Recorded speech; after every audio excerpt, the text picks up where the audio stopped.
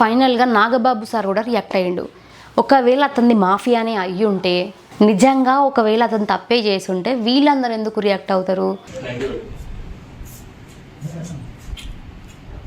నాగబాబు గారు కావచ్చు, నారా లోకేష్ సార్ కావచ్చు, మరి వీళ్ళందరూ ఎందుకు రియాక్ట్ అవుతారు అనేది నా క్వశ్చన్. అండ్ ఇంకోటి కూడా అడుగుతానండి, ఇందులో ఇతనికి ఒక పార్టీ సపోర్ట్ చేస్తుంది, వీళ్ళది మాఫియా కాకపోతే ఒక పార్టీ ఎందుకు సపోర్ట్ చేస్తుంది ఇతనికి అని చెప్పేసి మాట్లాడారు. చాలా మంచి క్వశ్చన్ అడిగారు. ఒక పార్టీ ఇతనికి సపోర్ట్ చేసిండు అంటే తను ఇట్లా రుబాబ్ గవై ఆడ కూర్చున్నాడు, మరి ఇతను ఎన్ని మిస్టేక్స్ చేసిండు, రుబాబ్ గవై ఆడ కూర్చున్నాడు అంటే వీళ్ళది నిజంగా మాఫియా కాదా అని చెప్పేసి కొంతమంది డౌట్. దీనికి నేను చెప్తా, నాగబాబు సార్ వచ్చి ఇప్పుడు అతనికి సపోర్ట్ చేసిండు అంటే ఇందులో నాగబాబు సార్ హస్తం ఉందా? నారా లోకేష్ సార్ వచ్చి తనకి సపోర్ట్ చేసిండు, చాలా బాధాకరమని మాట్లాడిండు అంటే ఇందులో వాళ్ళ హస్తాలు ఉన్నాయా? అంటే వాళ్ళందరూ కలిపి వీళ్ళందరి చేతులు కలిపేసుకొని చేస్తున్నారా? మాట్లాడాలి అనుకుంటే మస్తుంటాయి. ఒక చిరు వ్యాపారి కావచ్చు, ఇంకెవరైనా కావచ్చు, ఆ ప్లేస్లో ఎవరైనా ఉండి ఇలా ఇబ్బందులు పడుతున్నప్పుడు డెఫినెట్గా ఎవరో ఒకరు ఆదుకోవడం కోసం కావచ్చు, లేకపోతే నీకు మేమున్నాం అనే అండగా భరోసా ఇవ్వడం కోసం కావచ్చు చాలామంది ముందుకొస్తారు. అలానే ఇతని విషయంలో కూడా అక్కడ ఆ పార్టీ ముందుకొచ్చింది అనేది నా ఇంటెన్షన్.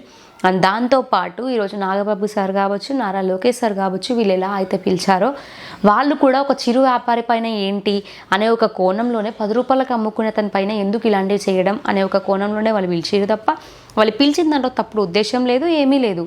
కానీ ఇక్కడ ఒక పార్టీ వచ్చి మరి ముందుకు సపోర్ట్ చేసింది అంటే వాళ్ళ పార్టీ అభివృద్ధి కోసం కూడా వచ్చి ఉండొచ్చు కదా. అతనే ఎందుకు పిలిచిండు, వీళ్ళదంతా మాఫియానే అని చెప్పేసి ఎట్లా డిసైడ్ చేస్తారు అనేది నా క్వశ్చన్. ఒకవేళ వాళ్ళది మాఫియానే అయ్యి ఉంటే, ఒకవేళ వీళ్ళు కావాలని హిందువులని ఎజెండాగా చేసుకొని ఉంటే వాళ్ళకి నారా లోకేష్ సార్ కావచ్చు, నాగబాబు సార్ కావచ్చు ఎందుకు సపోర్ట్ చేస్తారు మీరు చెప్పండి. ఇప్పుడు వాళ్ళకు ఒక పార్టీ సపోర్ట్ చేస్తే వీళ్ళందరూ కలిసి చేస్తున్నారు, అందుకే పార్టీ సపోర్ట్ చేసిందని మాట్లాడారు. మరి ఇప్పుడు వీళ్ళిద్దరు కూడా సపోర్ట్ చేసారు కదా, మరి ఇప్పుడు ఏమంటారు? వీళ్ళు మనోళ్ళే కదా, మరి ఇప్పుడు ఏమనాలి? అంటే ఇప్పుడు వాళ్ళకి తెలియదా వాళ్ళు పెద్ద పెద్ద హోదాలలో ఉన్నారు, ఎవరికి సపోర్ట్ చేయాలి ఎవరికి సపోర్ట్ చేయొద్దు అనేది? నాగబాబు సార్ తన ఇన్స్టాగ్రామ్ వేదికగా తన గురించి పెద్ద వ్యాసమే రాసిండు కింద.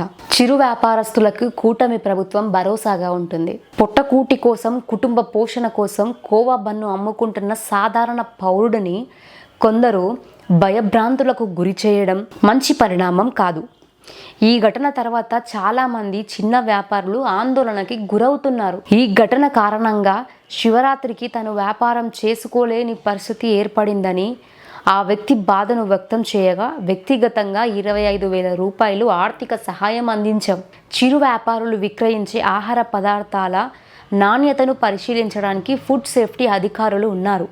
ఏదైనా సందేహం ఉంటే సంబంధిత అధికారులకు సంప్రదించవచ్చు. వలి లాంటి చిన్న వ్యాపారులకు కూటమి ప్రభుత్వం అండగా ఉంటుంది.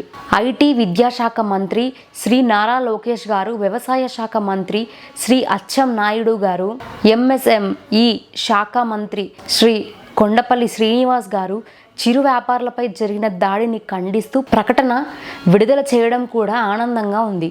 ఈ సంఘటనను మతం కోణంలో చూడొద్దని కోరుతున్నా.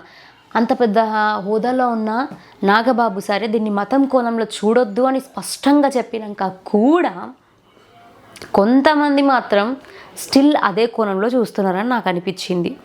తక్కువ లాభంతో ఎక్కువ అమ్మకాలు చేస్తూ రోజువారీ ఖర్చులు ఎలదీసుకోవడం చిరు వ్యాపారుల లక్ష్యం. పెద్దగా మూలధనం లేకపోయినా తమ కాళ్ళపై తాము నిలబడాలనే ఆలోచన, ఆ ఆలోచనతోనే జనసంద్రం ఉండే జాతరలలో చిన్న చిన్న దుకాణాలు పెట్టుకొని చిరుతిండి పదార్థాలు అమ్ముకొని జీవనం సాగించేవారు మన దేశంలో కోట్ల మంది ఉన్నారు. అర్బన్ ప్రాంతాల్లో 40% పైగా పేద ప్రజలు చిరు వ్యాపారులు విక్రయించే ఆహార పదార్థాల మీదనే ఆధారపడుతున్నాయని అధికారిక లెక్కలు కూడా చెబుతున్నాయంట. ఆఖరికి ఇంత మంచిగా నారా లోకేష్ సార్ కూడా మాట్లాడుతూ వచ్చిండు. చాలా బాధగా అనిపిస్తుంది ఇలా జరగడం. మేము అతనికి తోడుగా ఉంటాం, మా మద్దతు ఎప్పుడు తనకు ఉంటుంది అని చెప్పేసి కూడా తను మాట్లాడుతూ వచ్చిరు. అండ్ నాగబాబు సార్ కూడా దీన్ని ఒక ఈ మతం కోణంలో చూడొద్దు, దీనివల్ల మత విద్వేషాలు రెచ్చగొట్టే ప్రయత్నం అవుతుంది అని చెప్పేసి మాట్లాడుతూ వస్తున్నారు. ఇక్కడ ఎవరైతే అక్కడికి వెళ్ళి చూసిండు అని చెప్పేసి మీరందరూ మాట్లాడుతూ వస్తున్నారు. ఇక్కడ ఎవరైతే అలా ఆ కోణంలో మేము చూడలేదు, అట్లా మేము రెచ్చగొట్టము అని చెప్పేసి ప్రీవియస్గా కొన్ని వీడియోస్ కామెంట్స్ కూడా నేను చూడడం జరిగింది. అయితే నేనేమంటున్నా అంటే తను అక్కడికి వెళ్ళినప్పుడు పేరు చెప్పగానే అర్థమైపోయింది అన్నాడంటే దాని అర్థం ఏంటి? ముస్లిం అయితే ఇలా చేస్తాడు అని ఒకటి మైండ్లో ఇన్బిల్ట్గా ఫిక్స్ అయిపోయింది. దాని అర్థం ఏంటి అంటే ముస్లిమ్సే ఇలా చేస్తారు, ఇది పక్కా అనేది ఒకటి. సో దానివల్ల మతపరంగానే ఇది వెళ్ళింది అని క్లియర్గా అర్థమైపోతుంది. ఎందుకంటే అక్కడ వచ్చిన వాళ్ళల్లో తను పట్టుకున్న ఇద్దరు కూడా ముస్లింలే ఉన్నారు, ఇంకెంతమంది ఉన్నారు అని చెప్పేసి మాట్లాడడం జరిగింది. ఇంకా కొంతమంది జర్నలిస్ట్ అయితే ఆధార్ కార్డు అడుగుతారా, అడిగే హక్కు ఎవరికి ఉంది, ఎలా పడితే అలా అడగడం కరెక్టేనా అనేది కొంతమంది పాయింట్స్ కూడా రేజ్ చేస్తూ వస్తున్నారు. అండ్ ఈ విషయం పైన వాళ్ళని అడిగితే మేమెవరికి ఆన్సర్ చేయాల్సిన అవసరం లేదు అనేది వాళ్ళ పర్సనల్ ఇంటెన్షన్. ఇప్పుడు మాట్లాడడానికి కూడా రెడీగా లేరు. ఎందుకంటే నేను బాలాజీ గారికి నేను కూడా మెసేజ్ చేసిన, కాల్ చేసిన, బట్ పిక్ చేయలేదు, నో రెస్పాన్స్.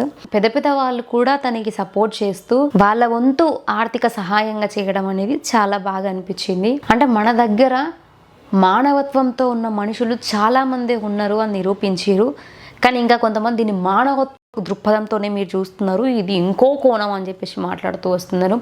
ఇది ఏ కోణమో కాదు, అతను నేరం చేసిండు, అందులో ఏదో కలిపిండు అనే ఆ నేరం నిరూపణ కానంత వరకు తను నిర్దోషే. ఇఫ్ ఇన్ కేస్ అట్లా అయితే డెఫినెట్గా మేము అందరం మాట్లాడతాం. అలా అయినప్పుడు మేమందరం కూడా అప్పుడు రెడీగానే ఉంటాం. అంతే తప్ప నేరం నిరూపణ తను తప్పు చేశాడని కానీ అందులో ఏదో కలిపాడని కానీ మాట్లాడడం అయితే తప్పు. అక్కడ చాలామంది కడుపులు పట్టుకొని కూర్చున్నారు, అది పట్టుకొని కూర్చున్నారు అని చెప్పేసి మాట్లాడారు. ఒక మాట అడుగుతా చెప్పండి, మనం పొద్దున్నుంచి ఏమి తినకుండా లేకపోతే మనం అడిగి పోయినాం కాబట్టి ఫుడ్ తినక అట్లా ఇట్లా ఉండి సడన్గా నువ్వు మైదా పిండితో ఉన్న ఇలాంటి బ్రెడ్ను తీసి కడుపులో వేస్తే కడుపు తీసుకుంటుందా? అందరికీ అన్నీ పడవు కదా. ఎవరి కడుపుకి ఎంత పడుతుంది ఏంది అనేది వాళ్ళు డైలీ తింటారు కాబట్టి వాళ్ళకు ఒక అందాజా ఉంటుంది. తెలియకుండా ఏదో క్రేవింగ్స్ వస్తున్నాయని కొన్నిసార్లు మనం ఆపుకోకుండా తింటే ఆ క్రేవింగ్స్ వల్ల లోపల ఏం జరిగేది మనకు తెలీదు. దానివల్ల అప్పుడప్పుడు కడుపు నొప్పి కూడా రావచ్చు. స్టిల్ ఇప్పటికీ కొంతమంది బన్ను తింటారు, బన్ను అస్సలు అరగదు, మైదాపిండి కాబట్టి. దీంట్లో కార్బోహైడ్రేట్స్ తప్ప ఇంకేం ఉండవు. అందుకే మైదాని చాలా అవాయిడ్ చేయండి అంటారు. దీంతో చేసిన రోటీలు కూడా తినం మనం కొన్నిసార్లు. ఫంక్షన్లలో పెడుతుంటారు కదా, అవి కూడా తినం. ఇంక్లూడింగ్ నేను కూడా బ్రెడ్ నేను తినాలి అనుకుంటా. నేను ఎప్పుడో ఒక్కసారి, చాలా రేర్, నేను దగ్గర 1 year బ్యాక్ తిన్నా అనుకుంటా, బనానా బ్రెడ్ తిన్నా. ఈ మధ్యకాలంలో నేను అసలు బన్ను తినలేదు కూడా. ఎందుకంటే ఈ బన్ను మనకు లోపలికి వెళ్తే అరగదు, ఆకలి కానియకుండా చేస్తుంది అనేది నాకు తెలుసు కాబట్టి నేను తినలేదు. నాగబాబు సార్ ఏదో అన్నాడు, అతను తిని అతనే ఒక సర్టిఫికేషన్ ఇచ్చినాక ఇక మనం ఎవరం సర్టిఫికేషన్ ఇవ్వనీకి, ఆయన దాంట్లో అది ఉంది ఇది ఉంది అని చెప్పడానికి మనం ఎవరం? నాకైతే అదే అనిపించింది పర్సనల్గా. మరి మీరేమనుకుంటున్నారో మీరే కామెంట్లు చేయండి. అండ్ ఎప్పుడైనా సరే మైదా పిండితో చేసినది అందులో స్వీట్ కలుపుకొని తినడం మన బాడీకి ఎక్కువ కార్బోహైడ్రేట్సే వస్తాయి అండ్ షుగర్ పెరిగే ఛాన్సులు ఉంటాయి తప్ప వీటి వల్ల మనకి ఏదో విటమిన్లు కానీ ఇంకేమీ ప్రోటీన్లు కానీ ఏవి అందవు. అండ్ కొంతమంది ఒక బన్ను లైఫ్ 3 days ఉంటుందని మాట్లాడారు. నేను ప్రీవియస్గా నా వీడియో రిలీజ్ చేసిన, చూడకపోతే ఒకసారి వెళ్ళి చూడండి. నేను బన్ను కొనుక్కొచ్చినప్పుడు ఆ బన్ను పైన ఎక్స్పైరీ డేట్, మ్యానుఫ్యాక్చరింగ్ డేట్ ఎప్పుడు అనేది నేను అందులో చూపించిన. 9 or 8 days ఉందన్నమాట వాటి ఎక్స్పైరీ డేట్లు.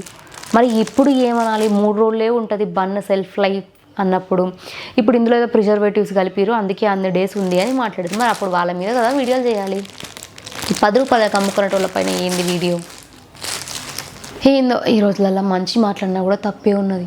ఏం చేస్తాం, మనం చూస్తూ కూడా కొన్నిసార్లు మీరు చేసిందే కరెక్ట్, మీరే వేదం, మీరే అన్ని తోపు తురుము అని చెప్పేసి మనం వాళ్ళని పొగడాలన్నమాట. అప్పుడే మనం మంచోళ్ళం. లేదు అని చెప్పి అగెనెస్ట్ మాట్లాడినాం అనుకో చెడ్డోళ్ళమే అవుతాం. గుర్తుపెట్టుకోండి ఇది.